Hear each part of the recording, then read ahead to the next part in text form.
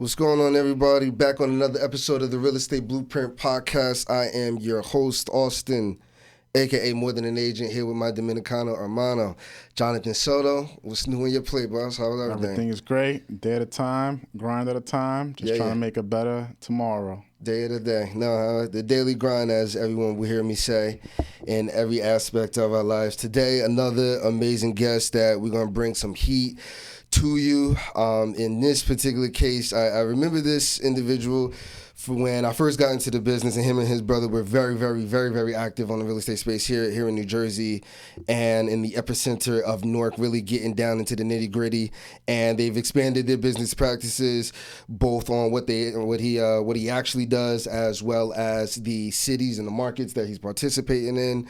Ladies and gentlemen, I want to introduce you to another prolific real estate investor, entrepreneur, credit specialist, business funding master, Coach K, Khalif Seouls. Appreciate you, brother, for taking the time to come on the show, man. Thank you for having me, man. I greatly appreciate you for having me. You as well. It's Coach K, and I show you how to run a play. So today I'm going to get a few plays to run, man. We're about to run some plays. Okay, let's quarterback this. Let's set this up. Okay, Coach Brady, here we go. First things first, I know when we originally had met was way back in the day, and that's when wholesaling was very hot in real estate and everything that was happening. It's still hot, correct. to be clear. Yes. Hot in regards that everybody wanted to join it, To try it. and get into that space. And it was sexy dinner talk, right? And everybody found out later what it takes to actually run a successful wholesaling business, as you've done both in this market and other markets, which we'll talk about. But when we first got into it, what kind of got you started in real estate? We just ended up at the networking event, but what got you into the business industry to begin with? Yeah, I got it. So the first thing that got me into it was I was working as an engineer, and I was probably making at the time maybe about, let's call it $50 an hour. So the thing is that working in this industry, I was probably working like 16, 17 hours a day. I was making great money, but I ain't had no time to spend it. So it was just like, what else can I do that's gonna make me a whole lot of money, but it's gonna give me more freedom?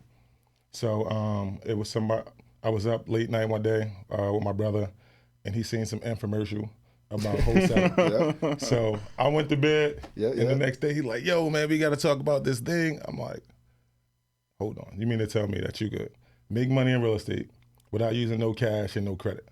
I was like, sound like a scam. Like, as everybody normally say, right? So he broke it down to me. It's too good to be true. Right. So, but the thing is like, people have been doing this forever. It's just new to our community, right? So we started talking about it. He explained things to me, showed me some videos on whoever the person was that was teaching the class. And I was like, look, only thing that we could do is lose, right? Like, we could try it. Only thing we could happen is we could get scammed. Right. So we start listening to the information. We start applying the information. And then I want to say within like 30 days, like 45 days, we had a deal. So now the crazy thing is like at one of those events that we met at, Right. I met a young lady there, and I had a property under contract. No, she had a property under contract. And she was like, hey, I'm looking for a buyer, this or that. I'm like, I got you. I got a buyer for you. Now, mind you, I don't know nothing. I'm just getting into the game, getting my feet wet. I'm like, listen, you got to poke your chest out. You got to say, I'm him. So just so happened I had a mentor at the time whose mentor at the time was looking for a property. So I called my mentor up, hey, I met this lady. She got this crib. It's this price, et cetera. And he was like, oh, I think we could do something with that. He's like, my mentor is looking for something like that. Long story short, it took about 15 to 20 days to get the contract signed, to get to the closing table. And on this deal, I had made like $10,000. So I was like, hold up, yo. I just made $10,000. Well, I made $5 because I got my brother. We split it down the middle. But it was like, yo, we just made $10,000. Like, this right here, this could be, we really on to something. So then we went back. We did another deal. That deal made us the same thing. Took us about another 45 days, made another $10,000. I was like, hold up. In 3 months, we just made $10,000 a piece. Like this, I think this is legit. You know, we just didn't get the right deal yet because we're trying to understand the numbers. We're trying to understand how the repair costs work, right? Like we not in construction. We just got into real estate. So people say, hey, you just do this times that. You like, that's very, right? Now you're talking to an investor like, well, what I did was I used this. They like, come on, man. You must have just started last week. And that's the thing. Seasoned investors, they know when you are new. Even if you think that you're playing a game that you're not new, the moment they talk to you and they ask you questions, they like, you see hear the stuttering and exactly, not lingo and things like that. It's the number one things that wholesalers like underestimate. The thing that wholesalers do, the first thing that we do, we want to call up all investors. We want to see if we can pick your brain. Can we take you to coffee? Can we take? No, you can't. My information in my head costs more than a $3 coffee, buddy. Right. So at that time, I didn't really understand that. I'm like, damn, like I'm just trying to get the information. I'm just trying to do everything they say do. And it's like, now that I'm a seasoned investor, it's like, I don't want people just taking me to coffee to pick my brain. Right. Like this is $1 million worth of game for $4. Doesn't make any sense, right? So that's just me in the present place. But rewind it back. Now we on our third deal. I'm like, yo, if we can make like 20, 30, then I know it's like legit. So we get this property in Irvington. No, it was in Newark. Where was the first property? Where was the first property? The first property was in it's in a town I can't even pronounce. It's in Bergen County. Okay. It was in Bergen County. But let's stay on that deal real quick because look, this is like my mentor told me, like, don't move too fast. You feel me? Like, I know you want to make money, but you got to pay attention to certain things. So talking about that first deal and what gave me, what gave me the drive to say, yo, this is legit is because I was super excited about that first $10,000 that we made. I mean, it was like $1 million. But when I went to the closing table, when I collected, I seen that the person that I did this joint venture with, she made 50. She made 50. She didn't even double close. She just I said, here. was sick. Now, mind you, I was happy because I made the 10. Right. But my mentor told me, like, I go to him, hey, man, I got the deal. I did it, got the check and everything. So he looked at the paperwork. He like, did you look at everything? I'm like, yeah, say right here, 10,000. Did my thing. He like, okay, that's good. That's good. What about here? It's like, the 50 piece. He's like, yeah, this is where she made 50. So, I was just taken back because it was so many things going through my mind. The first thing was like, yo, she got me, right? The second thing was she didn't. She helped me because without her, I wouldn't have got that deal done, and it wouldn't have gave me the ambition and want to keep going forward, right? Because I would have been like, there's some infomercial. No, she helped me get to that first bag, and then once I got to that bag, I just said, hey, you just got to be more aware. You got to pay attention to the paperwork. Right? Because she said, hey, I said so. I never did a deal before, this and that. She said, okay, if I give you 10,000, would you bring me a buyer? Absolutely, I'll bring you a buyer for 10,000. Right. That was the setup, right? That was the alley-oop. I'm like, ooh, she got me. But so now, being that fast forward, now that I am educating people on how to do it, right? Or my brother's educating people how to do it. It's like, look, always read the paperwork. When you're working with somebody, whether you got the buyer or you got the property, it should always be 50%, right? Because both of y'all doing the same amount of work. You got the deal, they got the buyer. Or they got the deal, you got the buyer. So both of y'all together going to make the deal happen. Without you or without that person, y'all can't make it work, right? Right. So it's trials and tribulations. You go through the process, but that's how you learn. So that was the whole thing. So the first house was in Newark. The first house was in Bergen County. And that was that one I just told y'all about. I wish I could remember the name because I normally do remember it, but I'll let y'all know later. No, that's cool. That's cool. You point of emphasis of working with your brother, right? Yeah. And getting started and taking action, which a lot of people obviously will stutter step their way and really get on the analysis paralysis. Do you think that, or how did, a partnership between you and your brother starting off where a lot of individuals are maybe doing it solo to begin with, how much did that have an impact on how quickly you were able to move? And what do you say to individuals that maybe might get stuck in the analysis paralysis stage where in 45 days, you were able to have your first deal, 30 to 45 days, I think you said, you were able to have your first deal, next deal pretty much in the same time frame. Mm-hmm. And there's some people that will go 6 months and not do a deal. It's just all about having tough skin, right? Mm-hmm. Like, and you gotta, if this is something that you say that you want to do, you can't get caught up in knowing that John made $20,000 in 10 days. Mm-hmm. Or Coach K made $10,000 in his first 45 days. Right. Like, it's part of the process. Like, when you're ready, you're gonna make a deal. And I'm saying that to say that a lot of people, they just look at wholesaling or they look at the industry in itself and say, "Oh, this person made this money so fast, I could do it." Mm-hmm. Right? But they didn't tell you that they got cursed out 25 times when they called up homeowners and they said, "Hey, how the hell did you get my phone number? And what's going on?" Mm-hmm. and et cetera. Right? They don't hear about those stories. They hear about the stories where everybody made all of this money. Right. But you have to have tough skin. And then with me and my brother being able to accomplish what we accomplished, the number one thing is that we split the business down the middle. So initially he said, "Listen, you gonna go after all of the properties and find the homeowners and get the deal. I'm gonna go find all of the buyers." Right? So the thing is, you want to work backwards, because with me going to talk to the buyers, I'm going to find out exactly what they want. Mm-hmm. Right? Not trying to find a property, then find a buyer who may be interested. No. If I come to you two, you guys have a criteria of the properties that you buy, where you buy, how much you spend, right, et cetera. So I'm gonna come to you and find out exactly what it is that you need and what you're looking to accomplish. And then I'm gonna work my way backwards and only find what you want. Mm-hmm. Only find what he wants, et cetera. Right. So I know if I get a one family, a two family, and a three family, you only want one. So why am I calling you for a two family? Right. I'm wasting your time and I'm wasting my time. Mm-hmm. Right? So no, I'm gonna send you all the one families I got. I know he only won threes. I'm gonna send him all of the threes that I got. So it just make life easier. Mm-hmm. But the thing is it's not just about going out getting a property. It's about building relationships with people, right? Like when it comes to having those buyers that could move quickly, they have to trust you. They got to know that the numbers make sense. That's right. The thing. The objective is to bring properties to people on a silver platter where they don't have to think. They look and say, "That's a deal." Right? As an investor, you already know how much you're looking to spend, what your return need to be, et cetera. You guys have that criteria. Right. So why not come to you and say, what are you looking for? Where are you trying to be? Sometimes they're going to beat you down on the price, right? It is what it is. But if I have, mind you, wholesaling has no credit as well as no cash invested.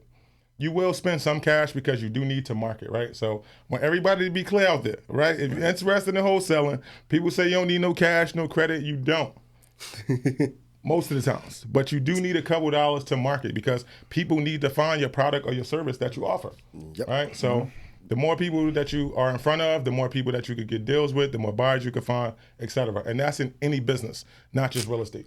You know I'll piggyback off of that before we swing to John, but like you hit the nail on the head, because it wasn't until I started more so falling in love with the process of sales did I see things like really like start to change. Got it. And to your point, a lot of people will see like, 10,000 in 15 days, right? And they have no idea the process in between to obviously get to the 15,000 and whatever the case. Yeah. But when I fell in love with the process of just actually making the calls, just focus on making the calls. Don't worry about how this call, obviously you focus on how each call goes, but you don't focus on the 17th push-up when you're in the gym. Yeah. You know what I mean? Like, yo, did I do that one? Right? It's the sets over the weeks, over the months. Absolutely. Right? And so many people just focus on that one call that either didn't go well or whatever the case. And yes, so to your point. No, definitely, 100%. So you and your brother started the business. Do you think you guys push each other? Would you have been able to do it alone, or would he have been able to do it alone? I know it's tough to get started, continue it. Did you guys keep each other up? Like, hey, we got this. We're going to keep going? Yeah, it's all about having an accountability partner, right? Mm-hmm. So we're twins. I knew this dude before we came out the womb. Yeah. So think about your best friend. Think about your best friend, how locked in y'all are. Mm-hmm. I was locked in with him before we even came out the womb. Right. We was already locked What's in. What's a better partner? It's no other. He know what I'm thinking before I think it. I know what he thinking before he thinking. I'm like, don't even start that, bro. I don't want to hear it. Okay, we about to do what we about to do. All right, but you already knew what I was about to say. Yes, I did. Don't even do it. I heard it. And vice versa. Right. Like holding each other accountable. Not only that, like it's been so many times where, as I said, like you going through the process where you're making those phone calls, like you just said, and you got to have tough skin because I call you up, hey, how you doing, John? This is Khalif reaching out to you. How you get my number? Like it ain't no, yes, I want to talk about your house. You don't even get to that. It's how did you get my number? Right. People, they lost right there because the John Soto real estate class didn't tell them that that's going to happen. They just said, hey, man, get him a course. You'll get you a deal done in this amount of time. Right. And another thing is most people sending letters. Right, like, did you send letters when you was doing it? When I first started, handwritten too. It was a very tedious process, but like, and not the actual letter, but the addresses.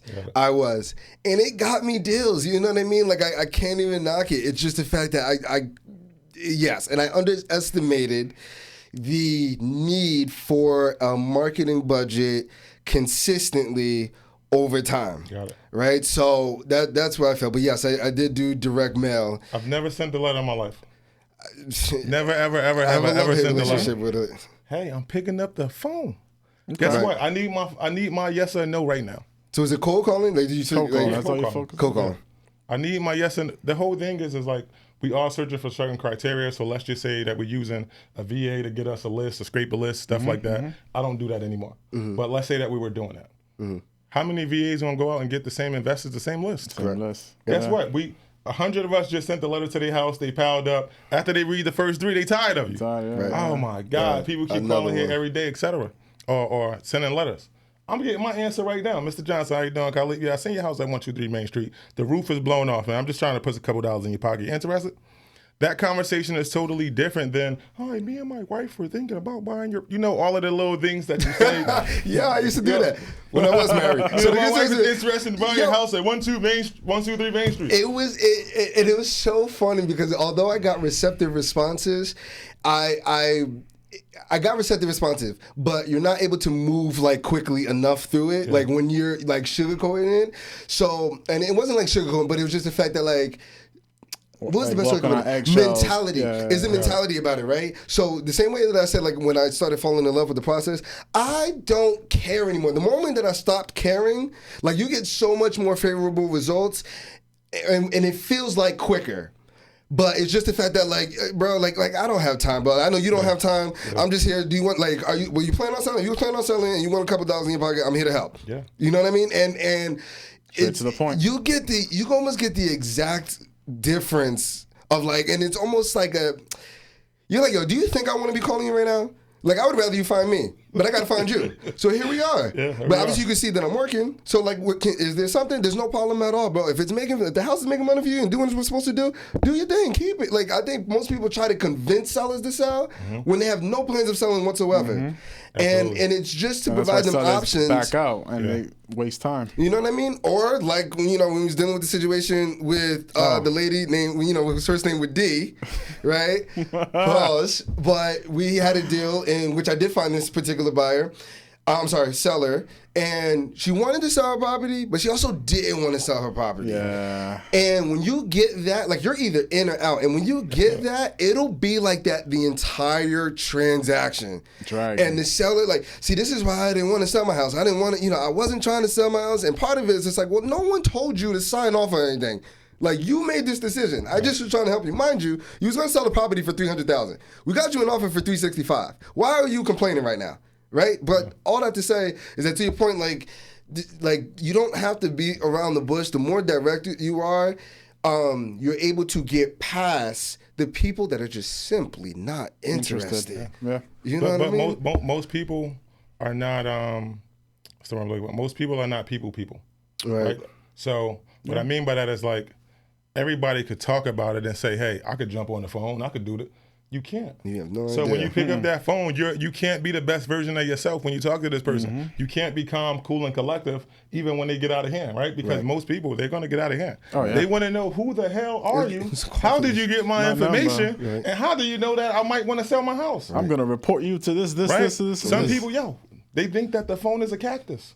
So they'll rather send 10,000 letters. They'll rather spend 10,000 a month and then wait for a return. They like, listen, if I send out, call it 1,000 letters at $10,000 a pop, I know that if I get one deal and I can make $20,000, $30,000, 2x, 3x, Right. my spend, right? Correct.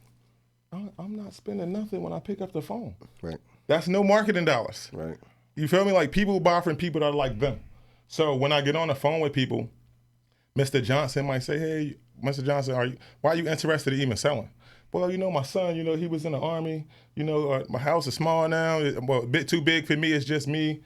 I can't be here without my son in the Army. I miss my son. Mr. Johnson, you know what? My grandfather, he was in the Army, and I remember having conversations with my grandmother about those same things. Like people that are like them. Yep. Mr. Johnson got a couple of toy cars. Like he got the whole little glass shelf with all of the toy cars. Mr. Johnson, my granddad, he used to have cars just like that, man. Right. My dad actually built engines, which is true though. You know what I'm saying? Like my right, dad right. built engines, my uncles built engines, they built race cars. So when you talking to sellers, you want to be like the seller because people buy from people that are like them, right? It's been plenty of times where I had homeowners sell me their house for $10,000, $20,000 less than what they were supposed to sell it to another guy because they ain't like that guy. You know what I mean? They're like, man, that guy trying to just get my house and rip me off, and he offered you $20,000 more. I don't like him. I like you. I'll take it, right? So it's important to be personable, right? Like everybody's what's the new motto? I got big motion. Right. Do you know how to communicate? You feel me? Do you work on your vernacular? You know what I'm saying? Like, do you enunciate as well as pronunciate? You know what I'm saying? Do you work on your handshake? Do you look people in the eyes? All of that matter. I'm talking to you with you about your property. You looking at me like you are now, and I'm like, yeah. So the houses, Right. They're like, this dude, he don't care about me. Okay, yeah. He care about this emotion, house. yeah. Right. Yeah. So, and really quickly, like, you had asked about, just staying consistent. You asked about like with your brother, were you able to push each other? Can somebody do it on their own? Being that you held each other, was it easier? I think that it was easier because for one, we held each other accountable, right? At the same time, somebody that doesn't have a partner could do it also. It's just about being ambitious and knowing what you want, right? If you want it, you're gonna do it. Right. If you don't, you're gonna make an excuse. That's it. Like, yeah, oh man, my girlfriend, man, she got off work early. She called me, had to go get the kids. Okay, what about before she called you? She called you at 2. You said you woke up at 6. How many calls did you Right? make? So, bro, you had a whole 8 hours to make a couple calls. Oh, yeah, but also, the dog, man, people going to find excuses to make, right? You're going to make excuses or you're going to make it happen. That's just what it is.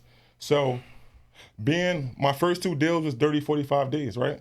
My third deal, which was the home run, it took almost a year. I want to say like 8 or 9 months, right? So we get this property under contract. The person died. Oh. Like 3 days later. Oh. Right? So it's like, oh man, what's going on? Yo, real estate has so many stories. Like, man. listen. Wow. So we get and this is when I knew. Tell me the feeling. And the interesting feeling about it, right? And because you're okay. Here's the reason why, right? And it's hard because you want to be respectful. Exactly. And this is the only part, not the only, but like death, divorce, disease are like where it's part of the business, but you're like, damn, I wish like it was more on happier terms, essentially, and so on and so forth. But like, you're obviously in business to make money. You're obviously here to provide a service and so on and so forth. And your paycheck is attached to this particular deal. Absolutely. And the person passes away. Like, I know there's some, not ignorantly, but you're like, yeah, like, did you have to pass away like now? Right? And you're being like, you know what I mean? But it's like, you have to like, because this your livelihood, right? Right, you know what I mean? Or maybe whatever the case, like it doesn't have to be about real estate, but any particular like deal or whatever the case. Or like, yo, I was about to get a new job and like the HR manager like passed away, and then the other people didn't meet me, and then like, you know what I mean? And you got to go through the process all over again. It's like, damn, that HR manager loved me in the interview, and now I don't have anybody fighting for me anymore, right? So like, you're like, damn, but what was the like feeling? Yeah, and talk us through that whole 8 months. I was like, this not happening. And did that make you want to give up? I was like, this is not happening right now. But everything happened for a reason, right? Because I want to say that, not I want to say, but we got the contract on the property for $90,000, right? And we was about to dump it to somebody for 110. So we'd have made 10 a piece. That was good. That was the objective. The objective was just to be able to make $10,000 a piece because we already been making 5. So go up a little more, then go up a little more as we gradually get more information, start building on our skills, etc. So when we got this property, it's like, oh man, we got somebody, like this was about to be the fastest deal ever. We got it under contract, sent it to one of the guys. Like I said, we worked backwards. We already had somebody lined up. And he's like, all right, I'll close on it in 10 days. 10 days. It's going down, baby. It's going down. And then it was like, hey, you was talking to my mom about the property. She just passed away this morning. What? Hold on. I think you got the wrong number, ma'am. Like, no, is this Your heart dropped? What? Heart drop ain't the word. Like, I don't know if I could curse on it. My heart fell out my ass. Like, right. It was over, bro. I was like, oh my God. Now, mind you, like, at this time, I'm just getting into wholesaling. I quit my job because I'm like, this is what I want to do full time. Okay. And I couldn't do this on the side with the schedule that I had, 16, 17 hours. It just didn't make sense, right? But I had a couple dollars because I was working. I made sure I was good. And I was like, this can't be happening. But going through that, with it taking as long as it did, it took as long as it did because obviously you got to reach out to every correct, the successor and going down the whole. You feel me? Every child. The lady had like 8 kids. Of course, it's that deal. What? Of course, it's that 2 deal. in North Carolina, 2 in Florida. Of course, one in it's New that Mexico. deal. You know what I'm saying? Like one is overseas in the Army. With no service, that's in a bunker. Like, yeah, of course, it's that It was deal. wild, To man. get a signature for all of them. It would need a signature for all of them. So 2 of them like, hey, I don't want to sell mommy house. I want to fix it. I want to do this and that. It was just a lot, right? But it's all about the process. So good thing I learned about that in the beginning, right? Because I would have been like, hey, I'm supposed to make $10,000, $20,000 every 30 days, every 45 days, like not understanding the different structure of deals, right? Not understanding that you can get jammed up. These are the things that's happen. Going back to what I lived with my mentor, he told me, don't move too fast, right? Like, you don't want to hear what your mentor talking about. You need to make money right now, all right? I just quit. Like, you got the bag. You feel me? I see you flipping houses, doing what you're doing. Even he was wholesaling also. Like, he was winning. And it's like, I don't want to be like, just to hold me over. you feel me? To hold me over. Operating expenses. But, bro, you know what I'm going through right now. Right. I need to be going hard. Right. So I got this deal, and now it kind of like, it break my heart that everything going the way that it's going. And then like now some of the kids don't want to sell it, et cetera. It's like, this not going to work. Like, I don't think this deal is going to work. So talking to my brother, he like, bro, it's going to work. You feel me? Like, we going to make, now this go back to having an accountability partner. He like, hey, bro, it's going to work. We going to do this. We going to do that. We going to do this.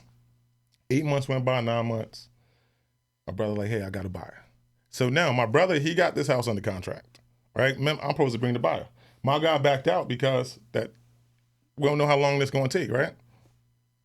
My brother like, I got a buyer.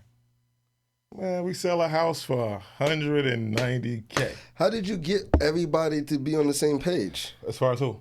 The 8 kids. The 8 kids. Oh no, I didn't get them to be on the same page. One of the sisters, the family members did, because they like, I'm just gonna make an assumption like 1 or 2 or maybe a couple of them were in bond. So it's like, listen, if we get this 90, we're gonna bust this down. You're gonna get this. You're gonna get that, etc. Right? So that's what they did. But the family wind up coming to a group They decision. came to an agreement. You know? Got you. Oh, so After 8 months. and not only that, like they really messed with us, right? Like they really like, yo, thank you for everything that you did. We talked them through the process, introducing the people that they needed to be introduced to. We had to make it happen with limited, very, very, very limited resources, right? Because we knew in the game, right? So, but we made 100 bands on that deal, right? And think about how we would have just quit. Like, nah, man, this don't even make sense. So that right there, that was like, okay, this is what we do for a living. Yep. We just made a hundo. Yep. You feel me? This is what we do for a living. Right. And after that, it was just off to the races. Was that in Jersey? That was the first 3 deals was in Jersey. Where was the third day? In Newark? Yeah, that was that was on Fabian and Beverly. Okay. Yeah. Interesting. Fabian and Beverly, right on the corner. Multi? 3 family. 3 family. That'll do it. Now, mind you, now look where we are today, right? Of course. Yeah. That same thing going for about 4, right? Same condition. That's a wholesale deal. You could dump that thing for 4. Somebody still got to put 2 in it, 100, yeah, 150 into it, Yep. but it's going for what, 8, 9, saying wild, that saying crazy, right? Yeah. So with those numbers there, that's how we ended up in Cleveland, guys. I was about to. Okay, yeah, let's so fast forward. transition. Let's fast forward a little bit. So Okay, what made okay. you get over there? You go into you transition into Cleveland, and I definitely want to go over the business funding. Did you start the credit and the business funding when you got to Cleveland, like after? After, so Okay, perfect. So go ahead. So yeah, let's touch base a excellent. little bit on Cleveland, and then let's go to business. So perfect segue. You go to Cleveland. Why did you? I understand why you. Why did you go to Cleveland, and then why did you not stay in Newark? all right, so after that 100, After in your 100, why did you pocket. not double down, or did you, and simultaneously started to go into Cleveland, or you just dropped Newark altogether and went out to Cleveland? So I just dropped it. So what happened was, we had met this gentleman from another state, and he was doing deals, and the deals in this particular state was cheap. So it was in Philly. So they was pretty cheap, and we're like, look, let's just take this and go to Philly and buy something out there, opposed to doing something out here. We both had good credit, et cetera.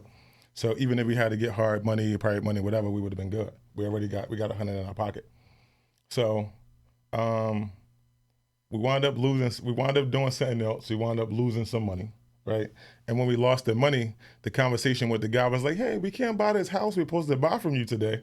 You know what I'm saying? Like, something happened. So explain some situation. He like, y'all do wholesaling, right? We're like, yeah. He's like, all right, well, come out to Cleveland. If you could say you could do it here, do it there, you could do it anywhere, right? It's universal. I'm like, word. So we went out to Cleveland. Maybe the first week we was out there, we probably had like 6 or 7 things under contract. And I couldn't believe like how easy it was as well as how cheap it was.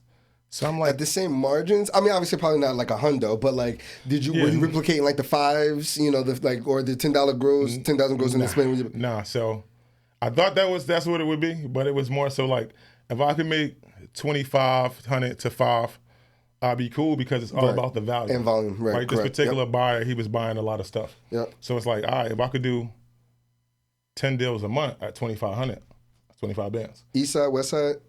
Also, well, at this time it was just East Side. East side. It's just East Side, because the whole objective was the West Side was already being built up, right? They was already moving. So it's like, look, let's try and replicate what they're doing over here on the worst side. Right. You know the motto, you go to the worst neighborhood, to the best block, and buy the worst house. Right. So that was the same type of thing out there, right? But yo, when I say that it was a ghost town, like it was nobody else out. Ghost town. Now this is right before COVID hit. You know what I'm saying? So I'm out there, I'm like you don't see nobody. It's really nobody out here. And I can't believe it. And now as you're talking to homeowners, like we was knocking on doors. Hey, how you doing? I seen we got a top up here. Interested in selling? Yes, I'm interested in selling. How much you want? Give me 10,000. Can you get how much? Excuse me, ma'am. I don't think I heard you correctly. So now you're having these conversations and they're asking you, sweetheart, why you want to buy this house? I'm like, why you want to sell it? You feel me? Like, I don't know, I've been here for this. I don't want this house. I want to get up. I want to go. But I guess just the people that been there, they was just going through what they was going through. People wasn't there building up the city. Not to say there wasn't people working in Cleveland, because there absolutely were, right? But for investors that come into the town, 100 at a time, 300 at a time, like, listen, we're going to go buy this area. We're going to build it up, try and make it match that. Like, I seen that before it started happening. Right, so being from Newark, seeing back in early 2000s, late 90s, people would come onto our block and they would buy certain stuff, and I'm like, somebody just got murdered over there. Why are you buying that? They like, it's 10,000, it's 20,000, it's 30,000. They like, I'm like, they wilding. Mind you, I'm young, I don't know much, right? Like, I don't know what the hell I'm talking about. They know what they talking about. Now you go back to those same houses, they worth 600,000, easy, right? 700,000 easy. They paid 10, 20 for it. So Cleveland is Newark. Cleveland is the old Newark to me. Thank you. I'm one of the guys that seen it happen here. Thank you. Not only bought one property out there, so like I slacked on that part, but like, yes. It is, like, from every aspect, right? Like, is it hood? It's hood. It's hood everywhere. Yeah. Like, when you from the jungle, like, it don't matter where the lions and tigers and bears at. This is, you know how to roam around the jungle. You straight, right? So for me, that's how I felt. I felt like just being from Newark, I've never been caught up in nothing. I was always moving in different places. It's easy for me to go to Cleveland and do the same thing. As long as you stay in your lane, you don't disrespect people, and you straight, no matter where you go. Right. So I'm knocking on doors. I'm like, or I'm pulling up the spots like, y'all hustling right here on the porch, dog. Like, I just bought this for $3,000. Right. Right? I know y'all just probably made 10 this morning. Easy. How much you made this week? I just bought it for 3. So the money is actually inside the house, not at the front door. You know what I'm saying? Like, that's the mindset. Even out here, right? Like when I'm talking about late 90s, early 2000s, it's guys that was in the hood that's trapping. Even now, they trapping in front of the bandos, right? Somebody coming to buy your bando where you got your stuff stashed, where you got your bread at, where you make your living. How you ain't buy it? They just got it for 40. You feel me? You just made 40 last week. I bought a bando like 2 years ago. It was my best deal to date. And the crazy part about it is that in one of the units, he had just got raided. Taken up out of there. They still had bullets in the basement. They still had the whole entire. It was funny when I posted on social media. They called it the drug dealer's starter kit. But they had the whole entire, like, you know what I'm saying, Pyrex, baking soda, like, you know, everything to whip it, ready, like. And I was like, yo, they would have bought this particular property. And not to say that like you want to, like, you know, serve where you lay, right? You know, as a commandment. But you're already there. You're already there. You're already moving. How you moving there? Already moving. How you there? Guess At least what? like it's yours if you buy it. And God forbid, if you do get caught, so you're talking about you got an asset that you can come home to. Or work to as put collateral. If you about to go do As fast time, collateral. right? Bingo. You need to talk to the lawyer. I got this house that I bought for $30,000. I put $75,000 into it. I own it free and clear. It's worth $700,000. What we need to do? And I finally got caught. Right. And I was like, But that's just part of the game. If you playing the game, you got to know the rules. Right. That's with real estate. You got to know the rules. That's with the streets. You got to know Everything's a game. Every game there is rules. If you know how to play the rules, manipulate the rules to your advantage, you'll win. Right? It's rules with everything. I was considering Cleveland, Illinois, because it was also, and I was in like 2021, I think, when I bought the first property out there. But I was looking at it, and because I went down to Philly as well, and like me, Jamal, you probably remember Jamal, you know, we were all like, where's the next spot? Because we stayed in New York a little bit longer, and we were like, all right, well, where's the next spot? We looked at Philly. We was in Boston. We didn't go there, or like Worcester outside of Boston.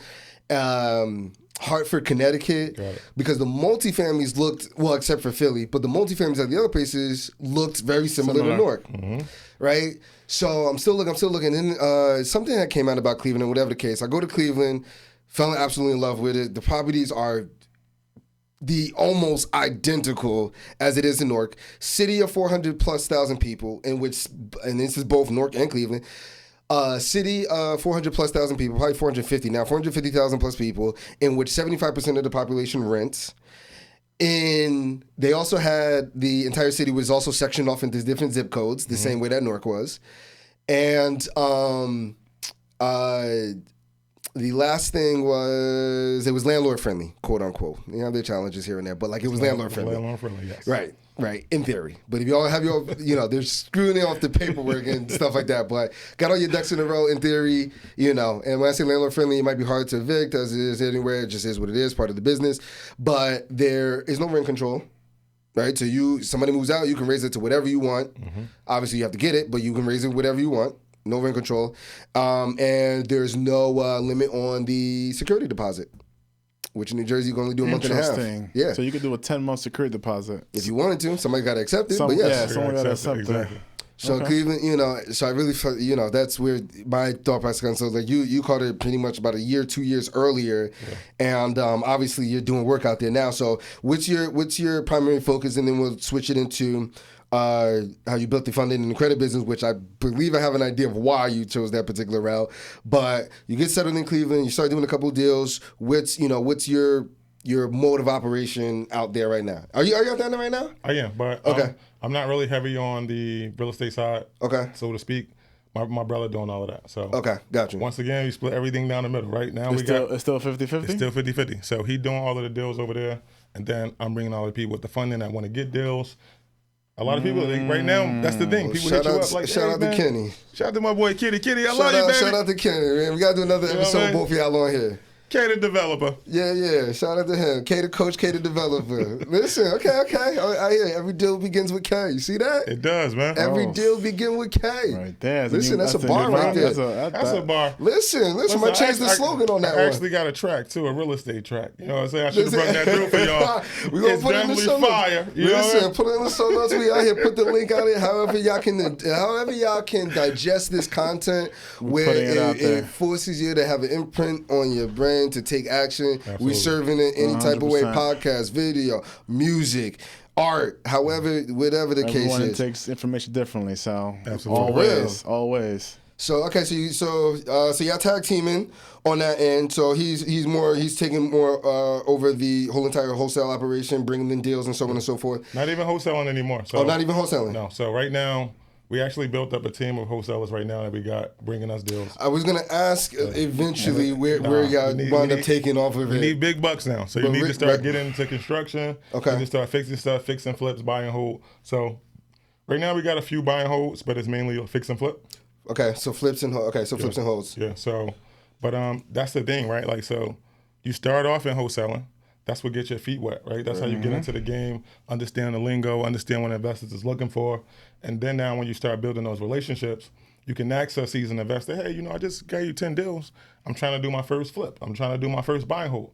And why wouldn't they give you information and show you and walk you through the process, right? So now once you get a hold of that, you understand how to do a deal. You understand what are the construction costs. You understand what are the steps when you're actually going through the rehab process, right? Like when you start doing those things, you're like, oh, this is where it's really at. This is the fun part, right? Like when you actually out there wholesaling, that's the hard part.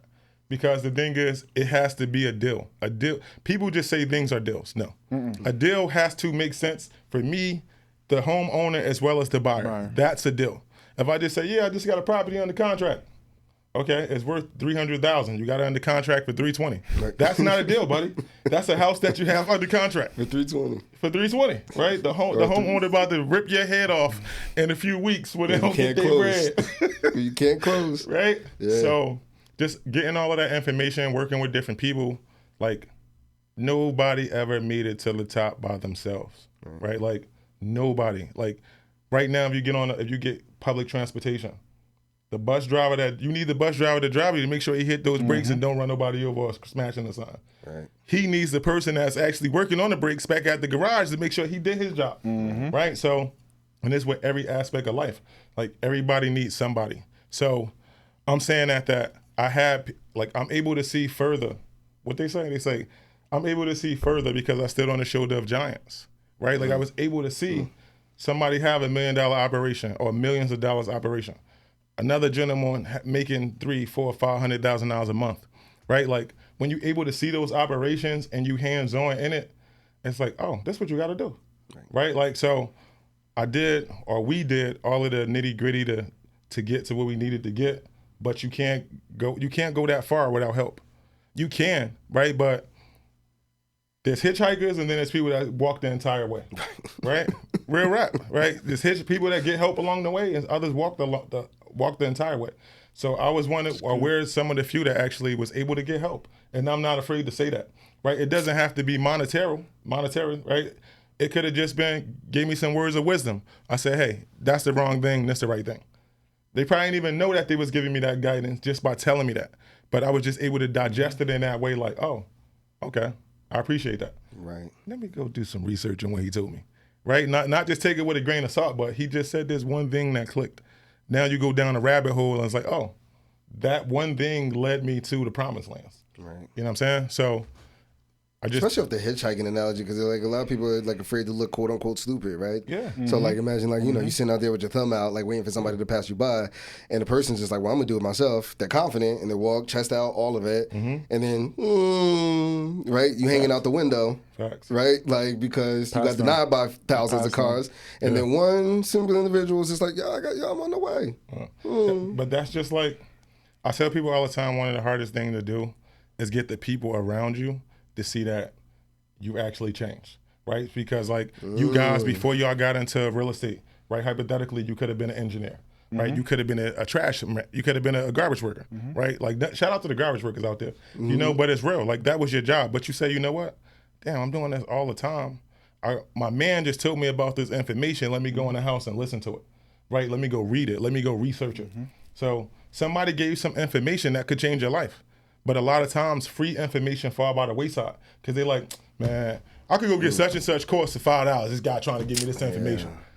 Like, bro, I could charge you 20 bands for this information. Right. And you sitting here like, yeah, I know that. My cousin, he do that. My uncle, he do that too. Why they never helped you make no money? Right? Or they probably try to, but your mentality is that Bingo. every time something comes to you, you know it all. I know that information. That information not from a good source. Right? Like it's not always about the messenger. It's about the message. And that's the problem with people. Right? They are not where they should be because they think that people owe them stuff. Not understanding that people gave them so much game along the way, they just didn't dissect it or digest it and say, hey, this is the right information that I needed to take those steps. Right? Like They're just scared to take that first step. you know the joint with the Will Smith movie when he with his son? And the Will Smith's son tell his dad the story. He say, hey, it was a guy, he was drowning, and you know, a boat came by and said, hey, we're going to save you. He said, no, God's going to save me. Oh, and then another ship came by. He said, hey, God's going to save me. I sent you. Then he threw the raft. Then he died. He went to heaven. He said, God, I thought you was going to save me. He said, I sent you 3 boats, you idiot. Right? Like, that's real. Right? Like, you could be, the power of your mind, man, is so crazy. Your thought process is everything. The way that you think, right? And forget real estate, forget funding, forget being a millionaire, right? Forget anything. The power of your mind creates your reality. Whatever you think about, you become, right? The people that was trapping, they thought about being trappers. It ain't just fall into their lap. They said, yo, my uncle get into a bag, guess what? I could do it better than my uncle did it. I could do it better than my pops. Now they went outside, right? Other people, another kid who had the same exact temptations placed in front of him, right? Where his uncle, his dad did the same thing. And he said, I'm just going to try something different, right? And it take a lot for him to walk past those same exact temptations, right? But when the dude that was out there trapping, when he get caught up, right? Everybody got gifts for him when he come home. They putting him on. They gonna get him a car. They gotta get him clothes. They gotta get him right. That's man. Right. We gotta get our homie right. Right. Why the dude that graduate college Don't get the same. don't get the same love? You know what he had to go through to keep his mind straight and not succumb to those temptations? And technically, he's down. He's from the same block. He's from the same hood, right? He could have been outside also. That's the one that we need to start giving the love to and giving all of the care packages to when they come home. That's so true. Because they start down. You They start both off in did debt. y'all both did 4 years. You did 4 years in college. He did 4 years in the Bing. One has a much higher net worth than the other individual coming out. Right. Straight laced. You start off in the negative when you're coming out of college. 100%. So it's important with our mind, bro. Like we have to develop the mind, right? We need personal development. We need to read certain books. We need to educate ourselves on whatever it is that we trying to learn, right? Go get a mentor. Everybody, you got a budget for your house when you go buy a house, right? You're an investor. You know what to buy. You know how much you're going to spend. When you go to the grocery store, you got a budget. You ain't just going in there saying, give me everything in the store. When you go get a vehicle, you got $50,000, $60,000, $100,000. You ain't just saying, give me the Wraith, and you got a $20,000 budget, right? So why don't we have budget for personal development, right? Why we not trying to learn a new skill every year or develop that skill that we learn every year to be able to add more value to the marketplace to make money? That's what it is. Right? No, it's real estate, funding, all of that. Like, you guys, it didn't just fall into our lap. Right? We was intentionally about learning it. Like, oh, hold up. They Still making money learning. at this Still real estate learning. thing. What's that? We still learning. We still learning. Right? So it start with this, man. Anything that was brought to life was thought about or was brought to life twice. Once in the mind and then once a reality. Because in order to bring it to life, you got to think about it.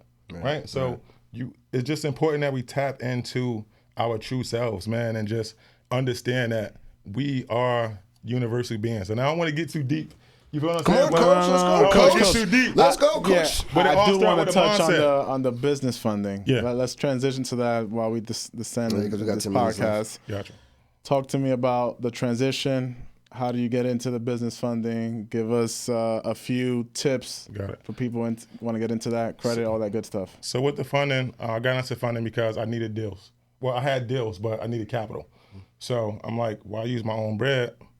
My man just told me that he could get you funding. So what is funding, first of all? So there's different types of funding. There's personal funding, then there's business funding, then the C Corp funding. We ain't gonna get into the C Corps, but excuse me. Business funding and personal funding. So now I'm going to my guy. I got a good credit score. I'm like, hey, I need to get hypothetically $100,000 to do this deal. He's charging me a certain percentage, right? So over the years, I'm going back to him every few months, doing what I'm doing. I'm like, hold up. How many people coming to you a month? Because I'm coming to you a lot, right? And you getting a percentage of what you getting me. So it was like, I think I need to learn this skill. Right? Because a lot of people that's coming to me to do wholesaling or to say, you know what, I don't want to do wholesale. I want to do fix and flips. I want to do buy and hold. They might have strong credit, but they might not have capital. So it's like, okay, too many people coming to me with no bread. How can I help them reach their goals? So it's like, I could send them to my man. I could get a commission off it, et cetera. Then I'm like, no, I could just learn a new skill. Right. I'm more valuable, right? I add more value to the marketplace when I learn a new skill. Right. So I'm like, you know what, bro?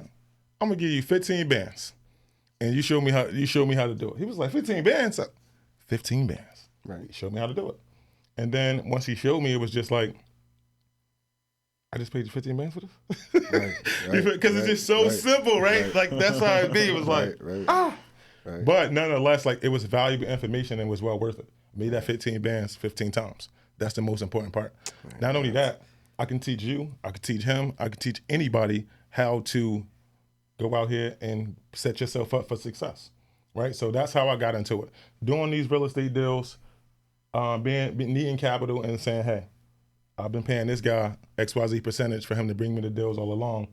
Why not just get him to teach me the skill, right? So I learned the skill, and then I turned it into a business. I did it for myself. Like, let me see if he really gave me the right information. Oh, let me do it for my brother. Let me do it for my cousin. So now I'm doing it for different people. I'm like, oh, yo, this is real. It's a business, you know? Consult Coach K. I show you how to run the play. In starting off, and do you recommend people, like your personal funding, your business funding, do you recommend that people usually start like with their personal funding because there's certain advantages with going in under their personal information versus business, or do you recommend somebody just going straight after business funding if they have the proper credit or income and so on and so forth?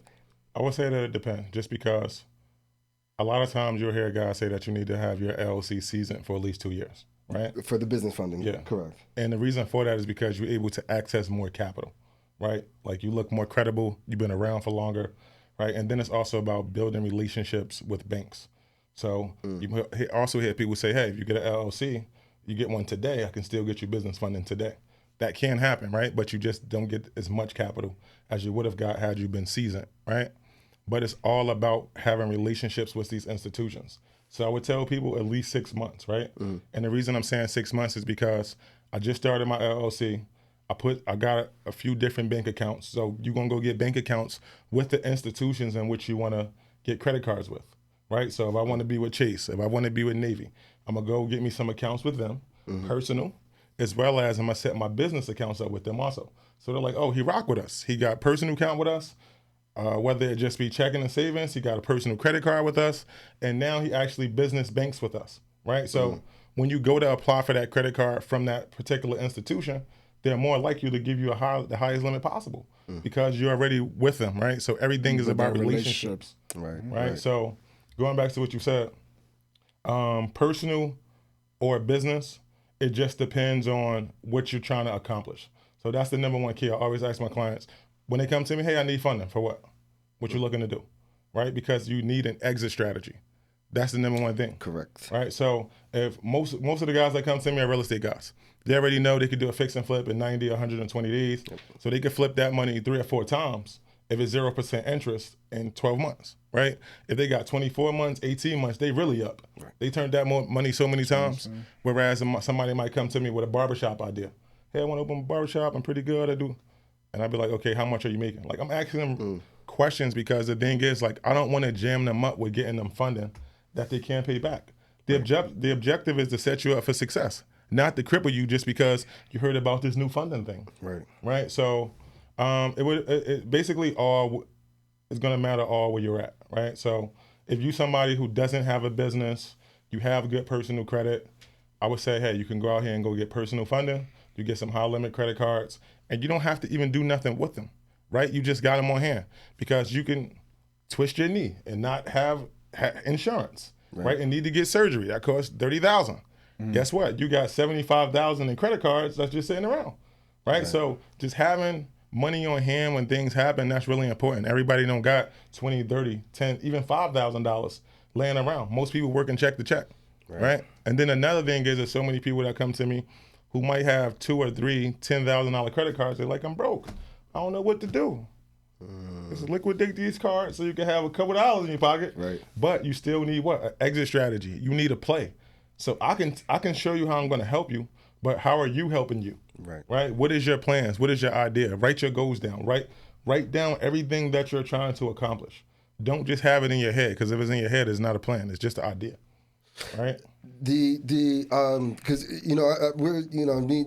I'm at a stage where I would love to, and I'll talk to you after the show, but I need like just like $100,000 line of credit, just like sitting there ready to cut checks, and that's at least with the credit cards, which credit card wise, having $100,000 in limit. But if you wanted to go, like, say, you purchase property and so on and so forth, is there a way? And I've been like searching for like the longest.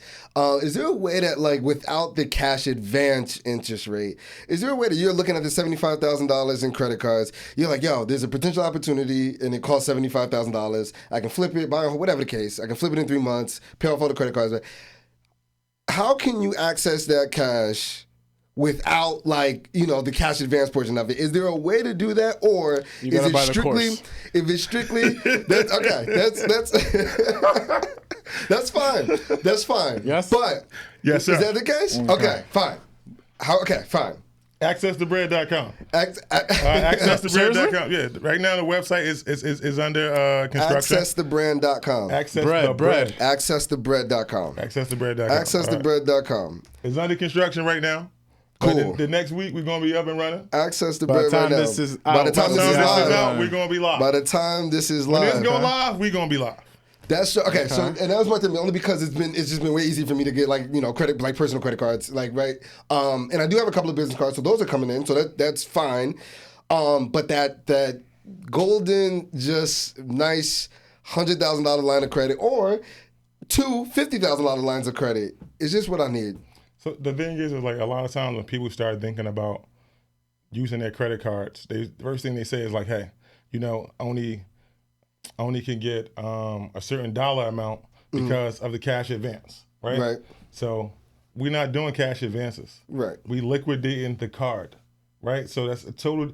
The cash advance is going to be through your bank. You're going to hit them up and say, hey, I need X, Y. Liquidating the card. Yeah, we're going to get into that offset, man. baby. Liquidating the card. So listen, right now, if you got 50 or you got 100 right now, when we get off, I could put 50 into your account, 100 into your account. You could go make your play right now. All right, so here's the thing, right? We about to make this the most Marvin. Like, just bear with us right now. Bear with us. We're gonna have respect for the time. But okay, so liquidating the card, got it conceptually. We'll talk about it after. For people that are listening, liquidating the card is very kind of self-explanatory conceptually, and then obviously the inner workings. You're gonna have to listen. You're gonna have to call timeout, talk to the coach real quick to get for him to draw it on the playbook for you real quick. But okay, so that's a really good free nugget off of that aspect of it. And I was so stuck on the nugget, I forgot the next question I was about to go into. Is there a misconception of having too many credit cards? No. People are always scared. Go ahead. The average 800 credit score has at least 20 cards. 20 cards right there. Now listen, when we say cards, that's an account, right? Correct. So just to go get funding in general, especially personal funding, you want to be at least 10 to 12 accounts, right? That's going to guarantee that you're able to get funding, because they like, look, you already got 10 to 12 people already trusting you. So now, of course, we're going to trust you. Here you go, right? But you got to get there. Like most people say, hey, I got an 800 credit score. You got a $500 credit card from Chase. Right. You can't do anything with that, sir. 800 looks good. You can't do nothing. Right. You might as well be at a 550, right? But you gotta trust you with the but being where that person is, all they got to do is just build, right? So you want to go out here if you have no credit whatsoever and you're looking to build up. You want to go get you some. I'm having a brain fart, guys. rock with it. You want to go get you some Trade lines. No, not trade lines. What's the shit when you The credit card that what you put your bread on? I can't think right now. Had a couple CDs? drinks. No, unsecured. Unsecured. Oh, so, okay. Thank you, unsecured guys. cards. Unsecured Make sure line you of credit. fix that up, my man in the back. This is gonna be terrible. We raw with it. Listen. You feel me? Raw. But This is the raw. you go and you go get.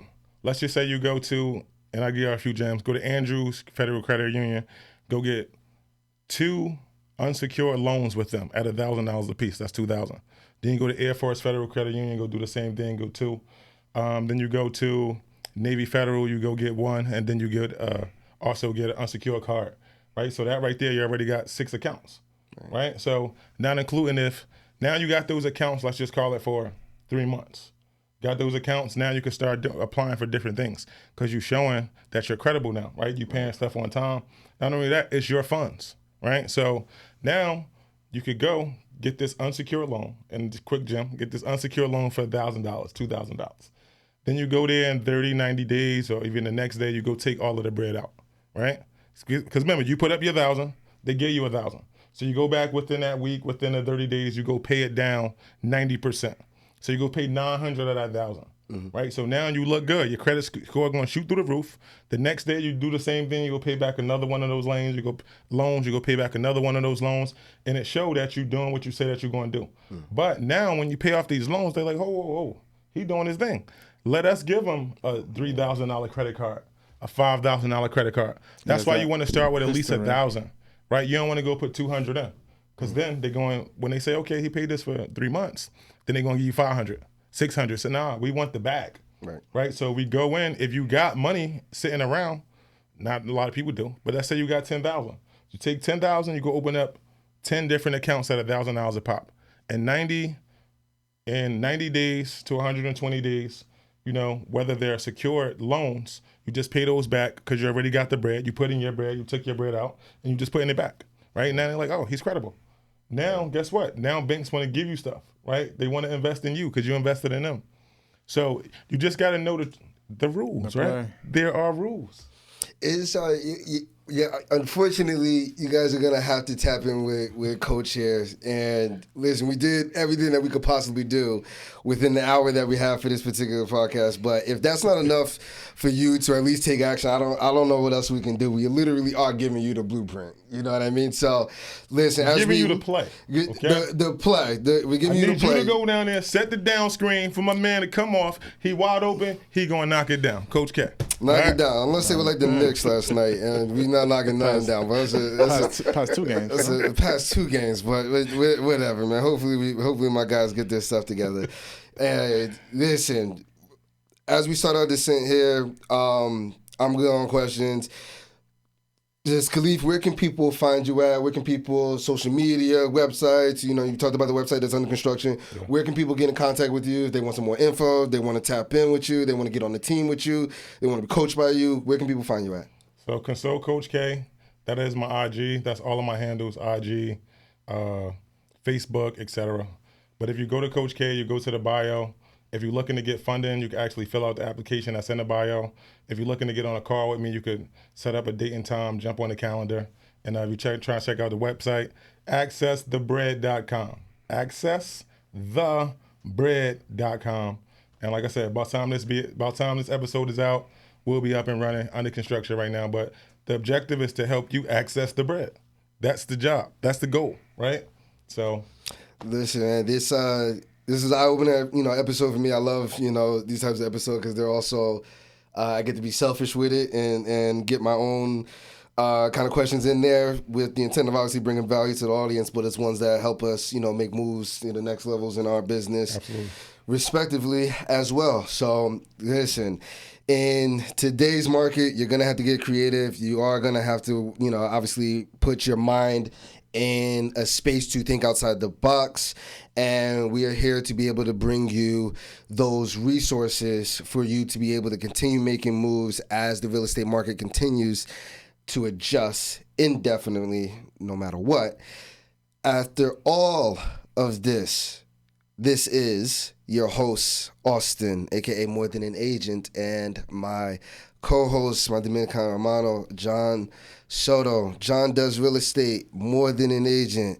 Coach K, Real Estate Blueprint Podcast, signing off.